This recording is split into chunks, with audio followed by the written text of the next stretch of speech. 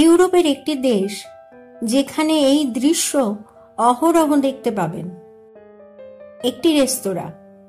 ওই রেস্তোরাঁর ক্যাশ কাউন্টারে এক ভদ্রমহিলা এলেন আর বললেন 5টা কফি আর একটা সাসপেনশন।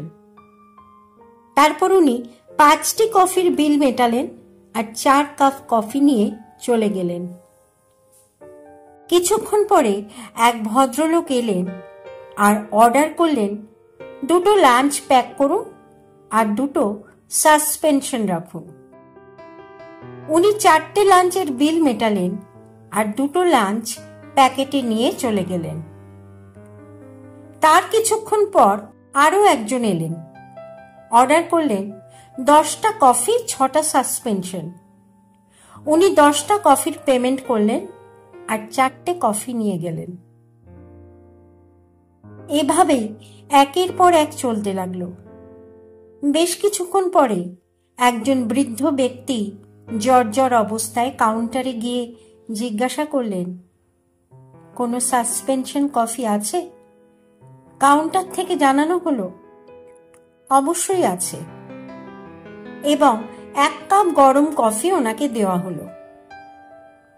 তারও অল্প কিছুক্ষণ পরে এক দাড়িওয়ালা ভদ্রলোক ভিতরে এসে জিজ্ঞাসা করলেন, আজ কি কোনো লাঞ্চ সাসপেনশনে রাখা আছে? কাউন্টার থেকে যথারীতি সম্মতি জানিয়ে তাকে গরম খাবারের একটি পার্সেল আর 1 বোতল জল দেওয়া হলো।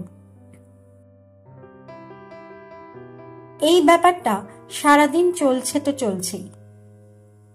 কিছু মানুষ নিজেদের পকেট থেকে, নিজেদের অর্জিত রোজগার থেকে কিছু অজানা মানুষের খাওয়ার জন্যে পেমেন্ট করছেন, আর কিছু গরিব দুস্থ মানুষ বিনা পেমেন্টে নিশ্চিন্তে খাওয়া দাওয়া করছেন।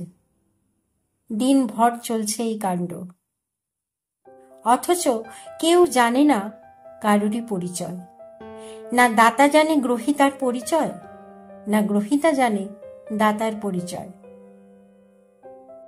প্রয়োজন নেই পরিচয় জানার, প্রয়োজন নেই নিজের নাম জাহির করার, কিন্তু প্রয়োজন আছে কিছু অভুক্ত মানুষের মুখে অন্ন তুলে দেবার, এবং সেটা একেবারেই গোপনে। মানবিকতার এই চরম শিখরে পৌঁছানো দেশটির নাম নরওয়ে, এবং নরওয়ের দেখা দেখি এই পরম্পরা ছড়িয়ে পড়ছে ইউরোপের অন্যান্য দেশেও। লেখাটি সংগৃহীত, পাঠে আমি অর্পিতা।